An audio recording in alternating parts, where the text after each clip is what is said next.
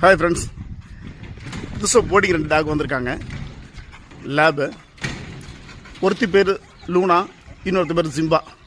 இவங்க என்ன ப்ராப்ளம்னாக்க கேட்டை திறந்தா வெளியே ஓடுறத சொல்லி கம்ப்ளைண்ட் பண்ணியிருக்காங்க. அதை நம்ம கண்ட்ரோல் பண்ணி வச்சுருக்கோம். என்ன பண்ணுறான்னு பார்ப்போமே.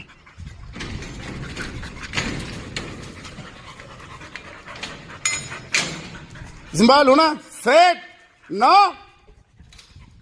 Set, stay.